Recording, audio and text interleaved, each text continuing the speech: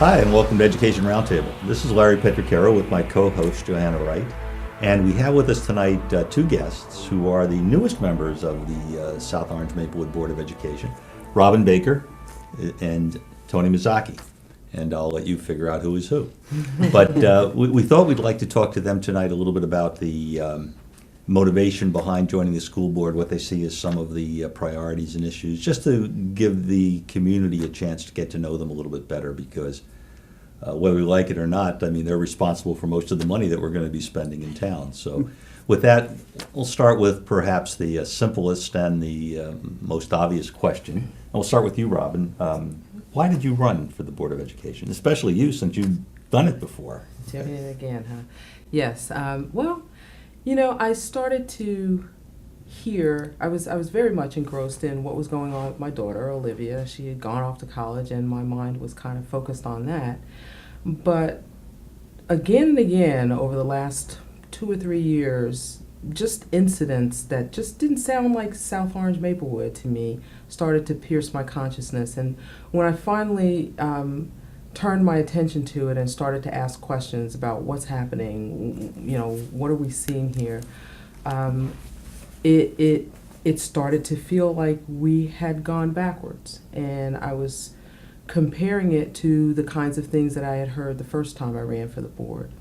A common refrain was the district is spiraling out of control, or, you know, we're trying to dumb down the curriculum to de-level everything. And I was hearing a lot of negative things. And again, I was hearing similar refrains. And I thought, okay, well, I'm not the type who just says, all right, and goes on about my business. If it's something of concern to me, I dig into it, and then I decide whether I think I can be of help or not. So that was the reason that I decided to run. Okay. Tony? Well, it's interesting to hear Robin, talk about this, because we were on this campaign trail for such a long time, telling this story every single night, and we had a little break, and now here we are again saying it. But I fell into public education in a lot of ways. Besides, I'm a public school grad, but after that, I took a very different turn in my life, and was a musician. And to make a long story short, when I fell into public education quite by accident and started teaching, I had this renewed, or even a new idea of what it could be and how incredible it could be. It took me back here to being an administrator in district, and my love for public education has not dwindled. And here we are in 2018 with an opportunity on so many levels nationwide. There's a transformation that needs to occur in public education, a real transformation in how we educate children to be able to negotiate a new world. And here in South Orange-Maplewood, where I live now, this opportunity to do it here. And it's the kind of thing where life takes some interesting turns, and it seemed like the logical next step for me to join a governing body of this during a time where I believe we're going to see more transformation in public education now over the next few years than we're going to in a very long time. Well, it's interesting to listen to the two of you, because on one hand I could, and maybe Joanna, you can comment on this, but on the one hand I can see that these almost sound like two different things. That Robin, you were attracted to run back to the school board because you felt that things were sliding. You're talking about a need for transformation.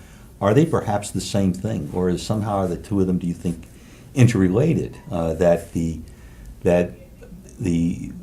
supposed spiraling out of control may be just the transition between one set of schooling approaches and another? I think they're definitely. I think they're definitely related. I mean, the issues surface by recognizing that something's out of kilter, and you don't have to necessarily identify everything and agree upon everything that seems to be not heading in the right direction, or I should say, more appropriately, I would put it that there are opportunities that were clear and available to us. And I think that they presented themselves, or I picked up on something different about where we had an opportunity maybe than what Tony did.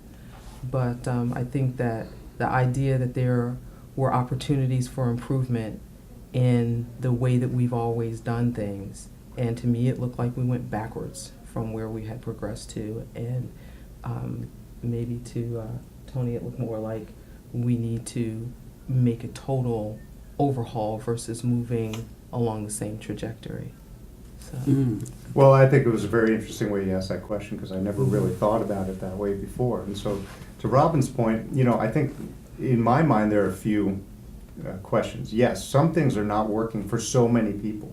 We went around the community, and everybody is very disappointed in one way or another, for specific reasons or reasons they don't even know. And a lot of that is that the paradigm needs to change, which maybe we'll talk about tonight. On the other hand, there are some very basic rules that school districts need to abide by in order to, it's foundational,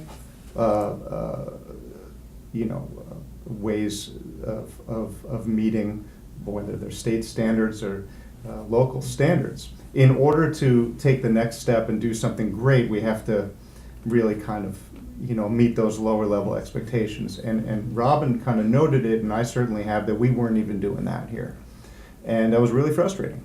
And so I want to try to, we both are engaged in kind of, addressing these basic needs before we take that next step. But the last thing that I want to say is that, there's some people who think that the system as it is just needs to be perfected and run exactly as it is, but just as well as it possibly can. And I don't ascribe to that. I think that that's only the tip of the iceberg, and we need to kind of take another step. And I know that some of the questions you're going to ask tonight will kind of flesh out how I feel about that. Well, let me ask this then. Since the two of you have a lot of experience, really, in the South Orange-Maplewood School District, Robin as a former board member, and Tony, you as a former administrator, plus you came through the school district, what would be your priority? Just, you haven't been here very long, but you've been on the campaign trail, you've gotten a lot of information. What would be your priority right now? Is it me first?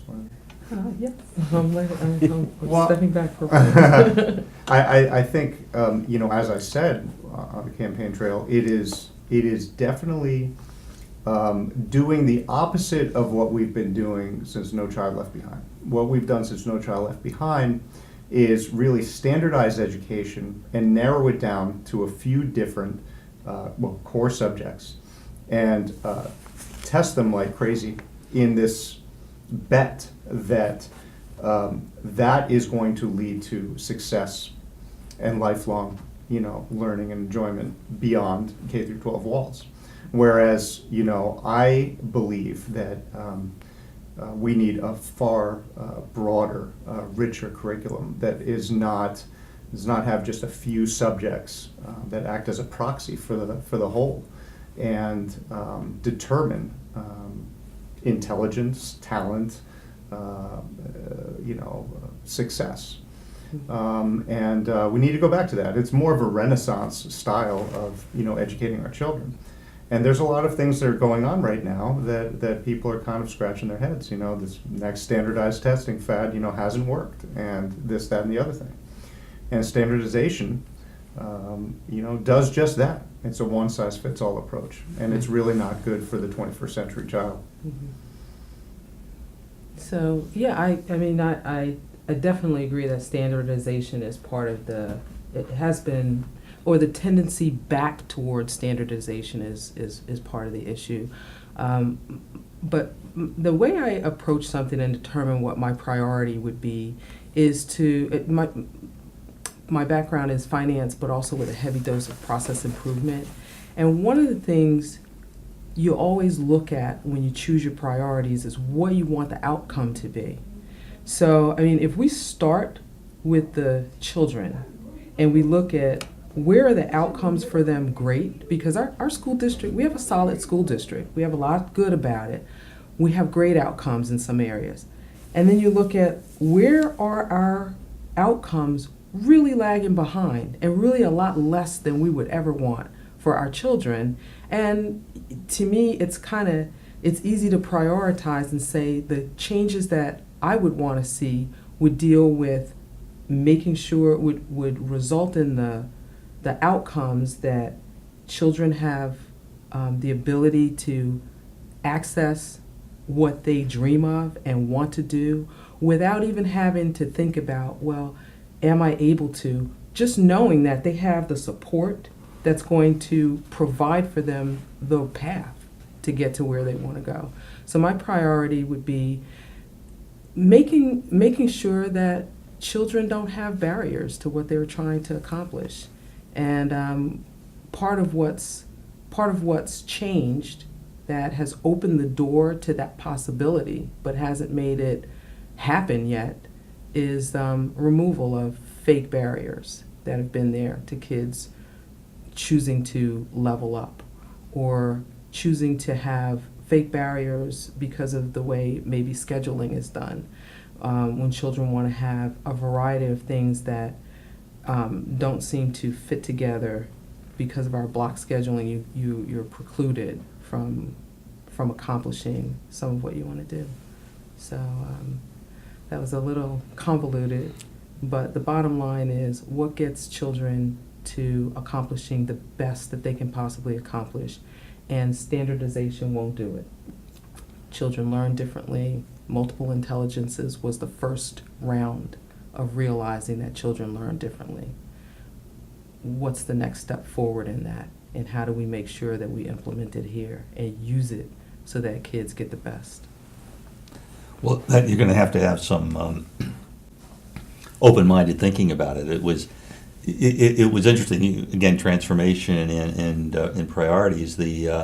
At some point, I suppose there are physical resources. Now, I like what you guys both said about the standardization. It's an area that I hadn't thought about it that way because, not being an educator, and sometimes it's advantageous and sometimes it's not. It would seem to me that you want kids to be able to read and want to write. I mean, to me, it seems like reading is probably the single most important thing if there had to be anything. But the way you talked about, I don't know if I got this right, but the way you talked about the standardization, you almost talked about it as a way of limiting growth in a certain subject as opposed to allowing something to expand. In other words, and this was something, Tony, that I had wanted to talk to you about perhaps before, which happened at that speed dating thing. It wasn't a speed date, but it was a speed something. When we met all the members of the Board of Ed, and it says to me, I think to myself, what's wrong with teaching in a way that why do people worry about teaching to the test? I think that's what you and I were talking about, and we're gonna have to take a break. So if I'm lucky, I'll go remember what I was talking about, and we'll bring it up when we come back. So if you'll stay with us, we'll be back with Tony Mazzocchi, Robin Baker, and Johanna Wright in just a minute.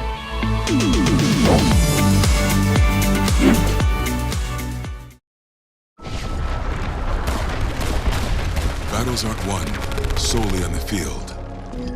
Battles are won within. Over enemies of fear. Enemies of doubt. In that place where promises are kept. In the heart of every Marine, you'll find a promise. A promise of battles won.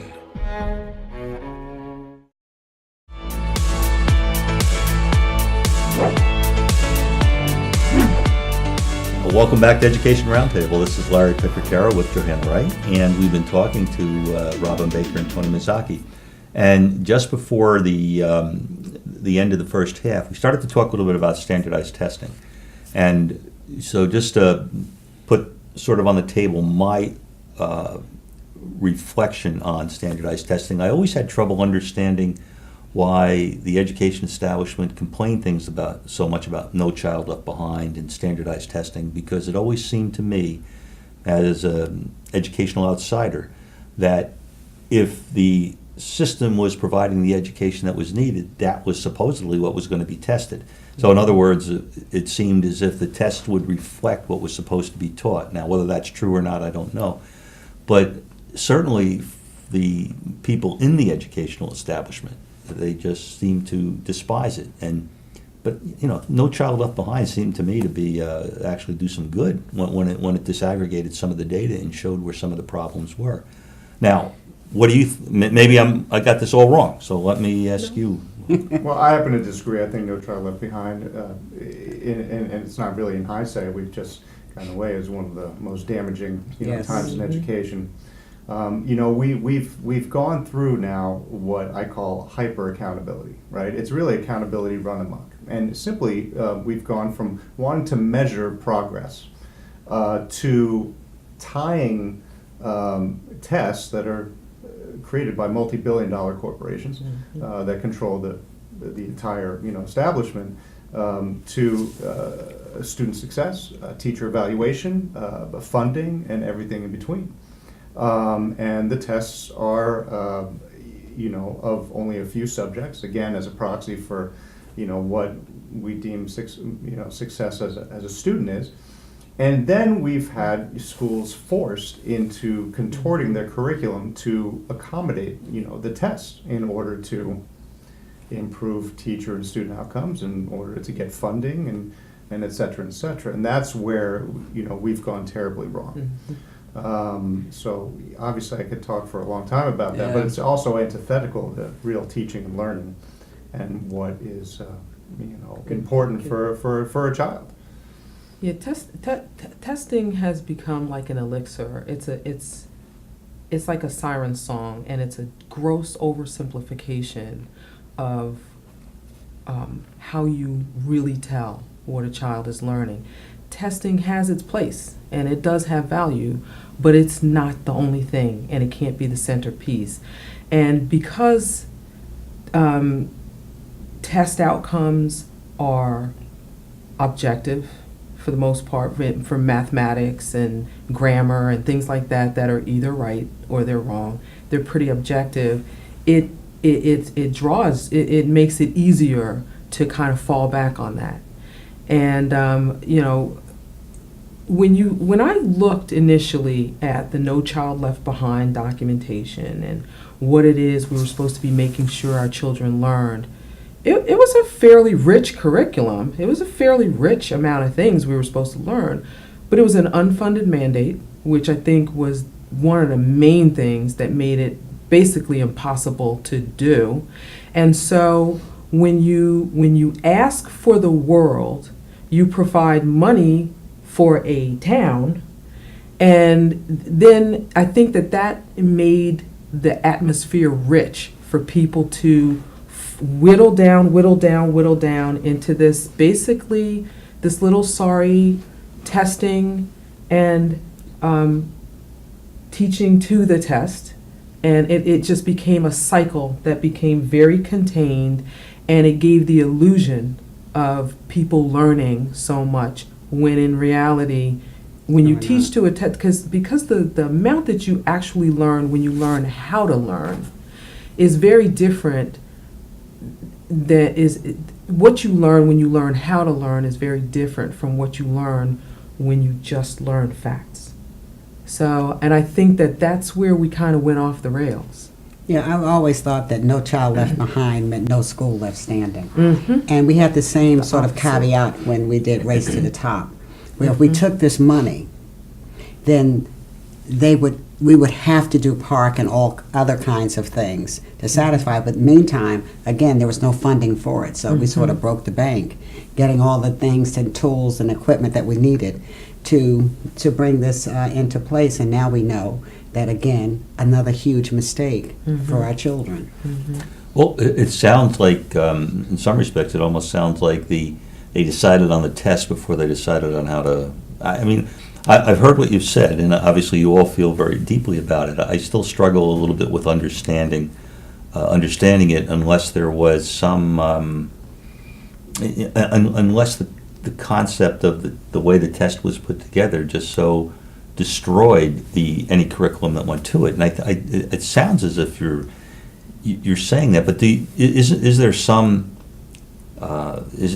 common set of information we need to know? Because it sounds like, to me, that we're maybe talking about two different types of education. One is the type of education that allows you to think intelligently intentionally to make decisions and to move forward and to appreciate learning. And the other sounds like it's the type of education that allows you to spew facts if you're asked the same questions, but there's a less, Right. no imagination or something. Right. I don't know. Neither extreme is good.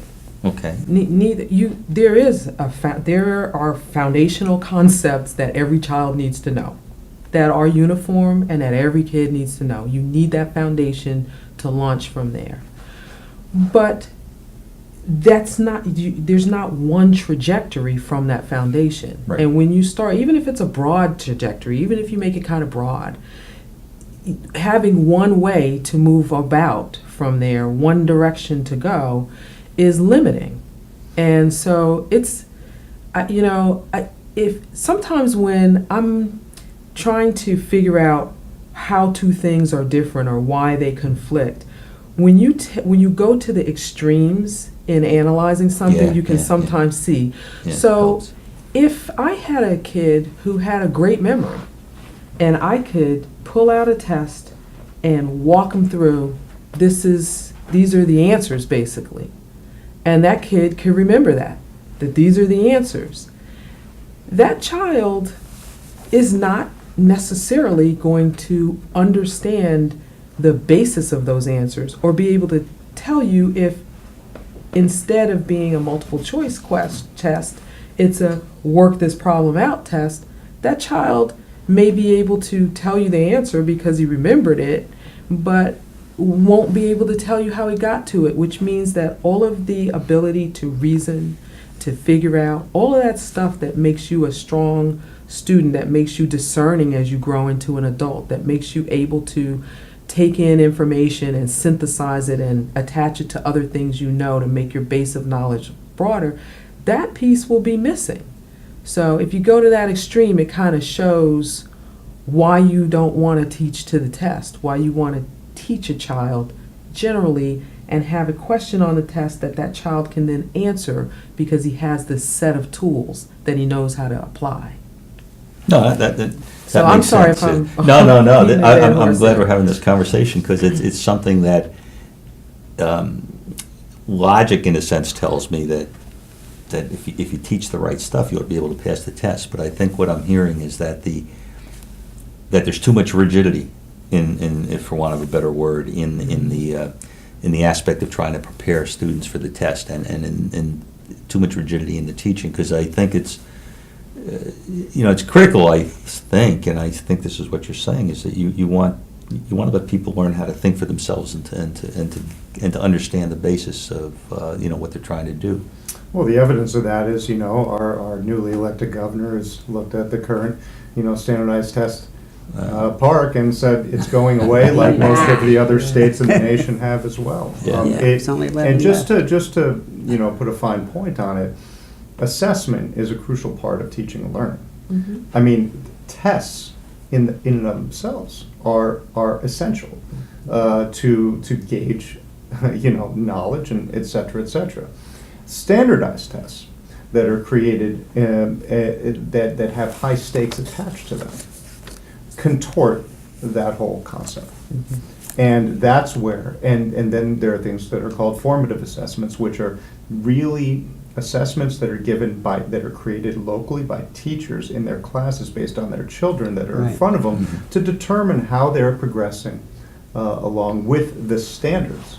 And those formative assessments are normally, as opposed to a summative assessment, which is a state-given test, are much more able to guide what every individual child needs going on. And we've abandoned that because there's so much onus on these, summative assessments. Luckily, I think that we're headed towards a new age and figuring out that this is not working, and it hasn't been working. And hopefully we're going to get some power back locally to be able to develop our own methods of, assessing, teaching, and learning. Well, let me ask you a question then. I appreciate what you said. I think I'm a little more in line with what you're saying. I understand it better. But a good teacher doesn't always necessarily going to get good students, right? I mean, teaching and learning, aren't they two different things? I mean, are we using the test as a measure of a method to assess teaching when that's sort of an indirect assessment. It's like, in its scientific terms, it might be, instead of measuring a temperature directly, you're looking at the effect of the temperature and inferring what the temperature might be by this indirect effect. And I'm just wondering is there a way to separate and evaluate teachers on teaching as opposed to what we appear to now do, which is to evaluate teachers on the basis of what their students have learned. And some kids, I don't think necessarily even want to learn. Well, I do think first, as a just a foundational premise, I do believe that all children can learn. What I do also feel is that, and I'll be quick, is that all children can learn, but when you measure it improperly, you don't necessarily see the progress that a child who may not be up to grade level or who may be lagging some may still be progressing. But if you're measuring only in one way with one test, you may miss all of that. So I like the idea of looking at cohorts of students and looking at individual student progress with the goal of making sure that all students get to where they need to be to accomplish the best that student can be. So I mean, I'll just piggyback on that. All students can learn, but all students have individual strengths and talents and potential passions that need to be cultivated by a school district. And right now, we only celebrate one little snippet of that. And what I'd like to see as a board member for the next 3 years is that we start collectively seeing that there are multiple ways to success. And that would be a great way to end a 3-year tenure here. Well, I'll tell you what, the things that you guys have discussed tonight, I'm very optimistic and excited about 2018 as we move ahead. Larry? Well, yeah, I think you've raised a lot of other issues that we should talk into, many more things that we can talk about, except we only have like 10 seconds, so We have to have him back. We're going to have to have you back.